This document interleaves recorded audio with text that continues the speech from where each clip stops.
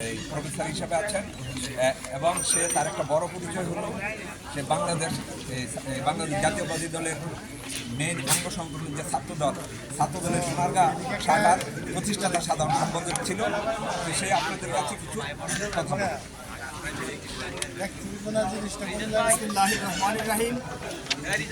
আজকে সবার সম্মানিত সভাপতি উপস্থিত সুধীবৃন্দ, আমি বেশি বলিতা করব না, আমি সংক্ষেপেই বলবো। আজকে যে গণ অভ্যুত্থান হয়েছে বাংলাদেশে, এই গণ অভ্যুত্থান কিন্তু আসলে আওয়ামী লীগের বিরুদ্ধে নয়, এটা ভারতের বিরুদ্ধে। এটা আমাদের মেনে নিতে হবে, কারণ এই যে বিগত সরকারটা ছিল এটা বাংলাদেশের সরকার ছিল না, এই সরকারটা ছিল ইন্ডিয়ার সরকার।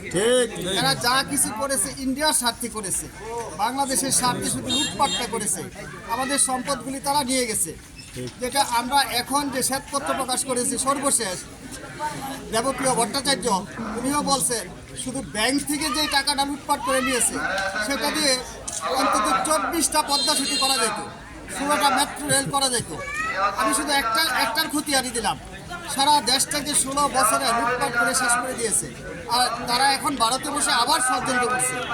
আমাদের সবাইকে সতর্ক থাকতে হবে, আমরা সবাই সতর্ক থাকবো, সেই অঙ্গীকার ব্যক্ত করে আমি আমার বক্তব্য শেষ করছি। আসসালামু আলাইকুম।